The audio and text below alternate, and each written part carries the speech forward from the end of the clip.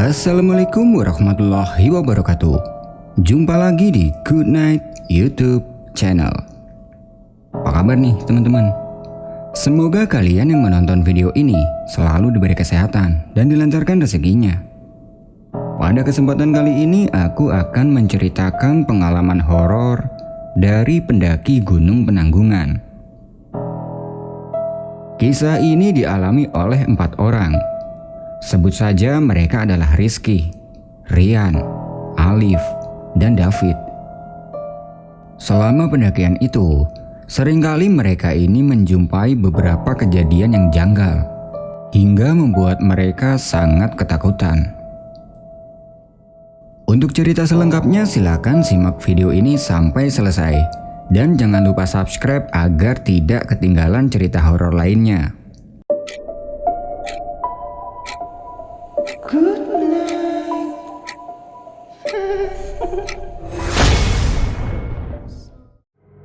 Rizky, Rian, Alif, dan David. Waktu itu mereka sedang melakukan pendakian ke Gunung Penanggungan yang ada di Jawa Timur. Mereka berangkat dari rumah sore dengan menggunakan motor. Di awal-awal perjalanan menuju ke base camp, tepatnya belum jauh dari rumah, motor yang dikendarai Rizky dan David sempat mogok karena kehabisan bensin. Salahnya, sebelum berangkat mereka tidak mengecek persediaan bensinnya. Karena menurut Rizky yang membonceng, tadi pagi dia sudah mengisi bensin motornya dengan penuh. Maka dari itu, pas berangkat dia menganggap kalau bensinnya masih ada. Mereka mendorong motornya, hingga akhirnya mereka menemukan penjual bensin eceran. Setelah mengisi bensin, mereka melanjutkan perjalanan menuju ke base camp yang mereka tuju. Sesampai di daerah Mojosari, Mojokerto, mereka mampir di masjid untuk menunaikan salat maghrib. Setelah selesai, mereka lanjut berkendara motor menuju ke daerah Trawas. Mereka berangkat dari masjid itu sekitar jam 6 sore. Sesampainya di daerah Trawas, mereka diguyur hujan yang sangat deras hingga membuat mereka harus berteduh di emperan salah satu rumah warga. Padahal itu posisinya sudah sangat dekat dengan base camp Gunung Penanggungan. Berhubung waktu itu mereka tidak ada yang membawa jas hujan, jadi terpaksa mereka harus menunggu sampai hujan reda. Sambil menunggu hujan reda, di emperan rumah itu mereka bercanda sambil makan-makan logistik yang dibawa. Sudah 2 jam menunggu, tapi hujan belum juga reda. Rizky berpikir, kayaknya ini gak bisa dilanjutin deh pendakiannya. Dia berpikir seperti itu karena malam itu sudah menunjukkan pukul 9 malam. Di sisi lain, malam itu hujannya cukup deras disertai petir yang saling bersahutan. Rizky pengen ngomong sama teman-temannya, tapi gak enak. Dia gak enak sama Rian dan Alif, karena ini adalah pendakian pertama mereka. Dia gak mau ngecewain mereka berdua, karena sebelumnya yang mengajak mendaki ini adalah Rizky. Akhirnya ya udahlah, lihat kondisi nanti aja kalau udah reda. Mereka terus menunggu hujan sampai reda. Sambil menunggu itu, mereka sempat tertidur di emperan itu. Dan tidak lama tidur, tiba-tiba Rizky terbangun dengan keadaan kaget. Karena dia merasa seperti sedang dibangunkan oleh kakek tua yang jalannya bungkuk sambil membawa tongkat kayu. Le, ndang tangi, udane wis terang. Nak, bangun, hujannya udah reda. Setelah bangun, Rizky celingukan mencari sosok kakek yang membangunkan tadi. Tapi di tempat itu dia tidak melihat ada kakek yang membangunkannya. Dan benar, pas dia bangun itu, ternyata hujannya sudah reda. Melihat hujan sudah reda, Rizky membangunkan ketiga temannya yang masih tidur. Setelah semua sudah bangun, Rizky bilang ke teman-temannya, "Ini gimana? Mau lanjut atau gimana?" Rizky bilang seperti itu karena waktu itu sudah menunjukkan pukul 11 malam. Di sisi lain, kalaupun harus lanjut mendaki malam ini, pastinya jalurnya akan becek dan licin. Teman-temannya Rizky menjawab, Ya udahlah, ayo lanjut aja mumpung hujannya udah reda. Mereka kemudian menaiki motornya masing-masing dan melanjutkan perjalanan menuju ke base camp. Di perjalanan menuju ke base camp, perasaan Rizky tiba-tiba gelisah karena dia teringat dengan sosok kakek yang membangunkannya tadi. 15 menit perjalanan, sampailah mereka di Desa Tamiajeng. Desa Tamiajeng adalah desa yang terletak di lereng gunung itu. Sesampai di Tamiajeng itu, mereka pergi ke tempat penyewaan alat outdoor untuk menyewa beberapa peralatan yang tidak mereka bawa. Setelah selesai, mereka menuju ke base camp penanggungan. Sesampai di situ terlihat pendaki lumayan sepi. Ya wajar saja karena malam itu bukan malam hari libur. Di base camp mereka packing, mengurusi maksi, ngopi, dan lain-lain. Dan pas di base camp itu, Rizky semakin cemas melihat kondisi base camp yang begitu sepi dan jalanan yang becek. Dalam hati dia bilang, ini yakin kalau harus mendaki dengan kondisi kayak gini? Tapi teman-temannya Rizky sepertinya yakin-yakin saja, dan Rizky pun ikut yakin. Tepat jam 12 malam mereka memulai perjalanan. Karena waktu itu jalannya sangat licin, jadi mereka jalannya pelan-pelan agar tidak terpeleset. Di awal-awal perjalanan mereka dimanjakan oleh jalur yang dilewatinya hingga sampai di pos 2. Kenapa dimanjakan? Karena jalan dari base camp menuju ke pos 2 itu dominan menurun. Oh iya, di Gunung Penanggungan ini nggak ada pos 1-nya. Jadi dari base camp itu langsung ke pos 2. Bisa dibilang base camp itu adalah pos 1. Sesampai di pos 2, terlihat sangat sepi. Dan di pos 2 itu mereka istirahat di bangunan warung yang tidak buka. Warung itu biasanya buka kalau pas weekend aja. Jadi kalau hari-hari biasa seperti ini, warung itu memang jarang buka. Di situ mereka minum, merokok, dan lain-lain. Nah, ketika sedang istirahat, dari ujung belakang warung, samar-samar Rizky melihat ada orang yang tengah duduk di sebuah kursi kayu.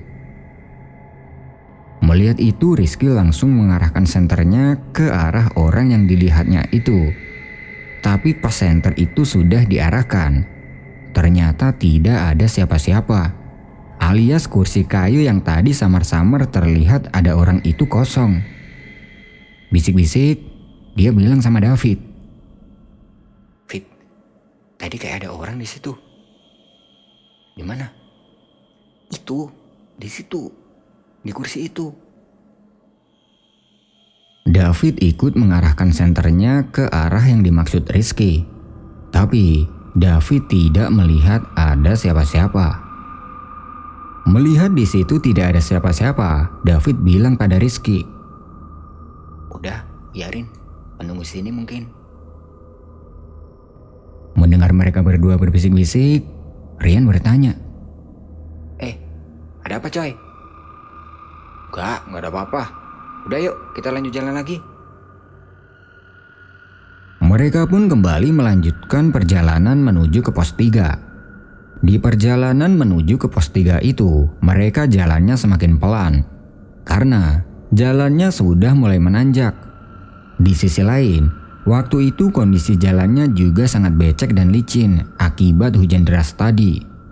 Hingga beberapa kali Alif dan Rian ini terpeleset. Setelah cukup lama berjalan, sampailah mereka di pos 3. Di pos 3 terlihat ada 4 pendaki cewek yang sedang masak di bangunan pos. Mereka menghampiri 4 pendaki cewek itu dan istirahat di bangunan pos tersebut sambil ngobrol kesana kemari dengan 4 pendaki cewek itu. Rizky berpikir, gila ini cewek-cewek keren banget ya. bisa mendaki tanpa ada cowoknya. Waktu sudah menunjukkan jam 2 dini hari. Setelah cukup lama istirahat, mereka berunding tentang kelanjutan perjalanan mereka. Enaknya dilanjutin sampai pos bayangan atau bermalam di sini dulu. Di sisi lain, kondisi mereka malam itu sudah sangat lelah dikarenakan jalanan yang sangat becek dan licin. Karena nggak mungkin kalau melanjutkan perjalanan ke pos bayangan, Rizky memberi masukan. Kalau mau camp, sekalian ntar aja dah di pos 4, biar besoknya nggak jauh-jauh kalau mau summit. Mendengar masukan dari Rizky, mereka semua menurut dan bergegas melanjutkan perjalanan. Di sisi lain, mereka tidak ingin terlihat lemah di depan 4 pendaki cewek tersebut. Sebelum melanjutkan perjalanan, mereka pamit sama 4 pendaki cewek tersebut yang mereka ini berniat bermalam di pos 3. Perjalanan kembali dilanjutkan menuju ke pos 4. Selangkah demi selangkah, jalanan yang cukup menanjak ini mereka lewati hingga sampailah mereka di pos 4. Sesampai di pos 4, mereka sangat lega karena setidaknya mereka bisa beristirahat malam ini. Malam itu kondisi pos 4 sangat sepi dan tidak ada pendaki lain. Mereka membuka tenda dan didirikan di sebelah kiri bangunan pos. Karena waktu itu Rizky membawa hammock, dia memasang hammocknya itu di antara 2 pohon di belakangnya tenda. Setelah semuanya sudah selesai, mereka masak-masak tuh di dekat tenda. Tapi Rizky tidak ikut masak dengan alasan dia nggak lapar. Nah, ketika yang lain sedang sibuk memasak, Rizky ini dia menempati hammock yang sudah dipasangnya tadi. Dia nyantai sambil tiduran di hammock itu. Dan lama-kelamaan, dia ngantuk hingga akhirnya dia tertidur. Pas lagi tidur, dia merasa seperti ada yang mengayun-ayunkan hammocknya itu. Jadi, hammock yang ditempati Rizky itu terasa bergoyang ke kanan, bergoyang ke kiri. Merasakan itu spontan Rizky langsung bangun dan langsung melihat keadaan sekitar. Kok kayak ada yang goyang-goyangin hammock ya? Batin Rizky. Dia melihat 2 pohon tempat dia mengikat hammocknya itu. Siapa tahu pohon itu tertiup angin. Tapi pohon itu cukup besar untuk tertiup angin. Jadi gak mungkin banget. Hammock itu masih bergerak dengan pelan, seperti ada yang sedang mengayun-ayunkan. Tapi tidak ada yang mengayun-ayunkan. Merasa ada yang aneh, Rizky langsung turun dari hammocknya itu. Kemudian dia menghampiri teman-temannya yang masih asyik memasak. Sesampai di teman-temannya, dia bertanya, Tadi siapa yang kesana? ucap Rizky menunjuk ke arah hammocknya. David menjawab, Gak ada yang kesana. Orang kita dari tadi di sini masak. Emangnya kenapa? Kayak ada yang goyang-goyangin hammockku loh tadi. Mendengar itu, David menertawakannya sambil dia bilang, Makanya jangan suka menyendiri. Di gondol setan baru tahu rasa. Rizky merasa takut. Dia ikut gabung dengan teman-temannya dan tidak berani menempati hammocknya lagi. Setelah masakan sudah matang, mereka makan-makan, ngopi, kemudian mereka tidur. Keesokan harinya, mereka semua ini pada bangun. Setelah bangun itu, mereka mengisi perut dengan sisa makanan semalam. Pagi itu Rizky masih tidak berani mendekati hammocknya karena takut. Jadi setelah selesai mengisi perut, mereka meninggalkan barang-barangnya di pos 4, kemudian lanjut summit ke puncak. Jalanan dari pos 4 menuju ke pos bayangan itu menanjak ekstrim, jadi harus ekstra berhati-hati untuk melewatinya. Setelah kurang lebih 1 jam berjalan, sampailah mereka di pos bayangan. Di pos bayangan mereka istirahat karena lelah. Dan di pos bayangan itu, tiba-tiba Rizky nggak ada feeling kalau harus berjalan lagi menuju ke puncak. Karena kondisinya Rizky ini sangat kelelahan dan masih ngantuk. Karena tidak ingin membuat teman-temannya kecewa, Rizky mempersilahkan ketiga temannya untuk tetap lanjut ke puncak. Sementara dia berinisiatif untuk menunggunya di pos bayangan. Rian dan Alif kemudian melanjutkan perjalanan ke puncak, tapi tidak dengan David. Karena merasa kelelahan, dia ikut bersama Rizky untuk menunggunya di pos bayangan. Sebelum Rian dan Alif berangkat ke puncak, Rizky menunjukkan jalan menuju ke puncak yang sudah terlihat dengan jelas. Kemudian, mereka berjalan sedikit ke atas pos bayangan, ke sebuah tempat di mana Rizky dan David ini akan menunggunya. Ntar kalau udah turun dari puncak, kalian ke tempat ini aja ya. Aku sama David nungguin kalian di sini. Ucap Rizky. Setelah semuanya sudah jelas, Rian dan Alif berjalan menuju ke puncak. Sambil menunggu Rian dan Alif turun dari puncak, Rizky dan David berfoto-foto di tempat yang terdapat sebuah batu besar. Setelah cukup berfoto-foto, lama-kelamaan mereka ini merasa ngantuk.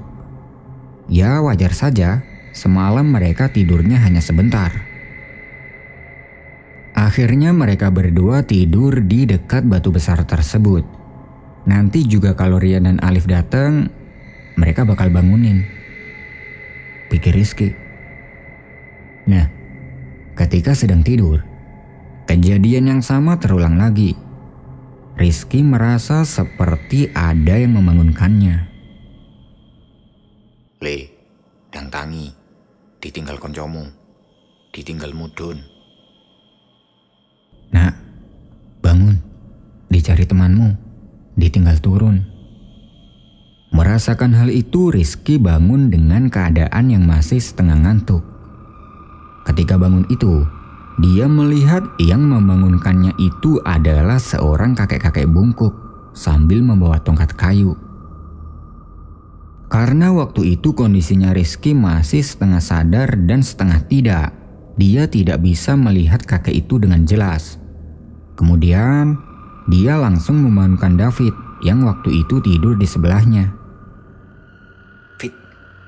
Fit bangun Fit. Setelah membangunkan, kakek tua yang tadi membangunkan Rizky itu sudah tidak ada. Di sini Rizky berpikir, tadi itu mimpi apa bukan ya? Setelah bangun, David bertanya, Rian dan Alif belum datang? Kayaknya belum. Kalaupun datang, pastilah mereka bangunin kita. Oh iya Fit, tadi ada orang yang kesini nggak? Nggak tahu. Dari tadi aku tidur. Kenapa emang? Barusan kayak ada kakek-kakek yang bangunin aku. Kakek-kakek siapa? Ya nggak tahu. Karena dibangunin, makanya aku bangun. Terus langsung bangunin kamu. Karena di tempat itu vegetasinya terbuka, Rizky melihat ke berbagai arah dengan tujuan mencari kakek yang tadi membangunkannya. Karena kalaupun kakek itu langsung pergi setelah membangunkan, pastinya dia belum jauh dari sini. Setelah dilihat ke sana kemari, dia tidak juga melihat ada orang di sekitarnya. Adanya hanya pendaki lain yang sedang camp di pos bayangan. Dan itu pun jaraknya sangat jauh dari tempat yang mereka tempati ini. Merasa semua itu aneh, Rizky mengajak David untuk meninggalkan tempat itu dan berniat menunggu Rian dan Alif di jalur pendakian. Setelah lama menunggu, Rian dan Alif tidak juga terlihat turun. Rizky bilang ke David, apa mungkin mereka udah turun pas kita tidur tadi ya Fit? Gak mungkin. Kalaupun turun mereka pasti ke tempat kita dulu. Ya udah deh, kita ke pos bayangan aja dulu. Siapa tahu mereka udah di sana. Akhirnya mereka turun ke pos bayangan. Siapa tahu Rian dan Alif udah di sana.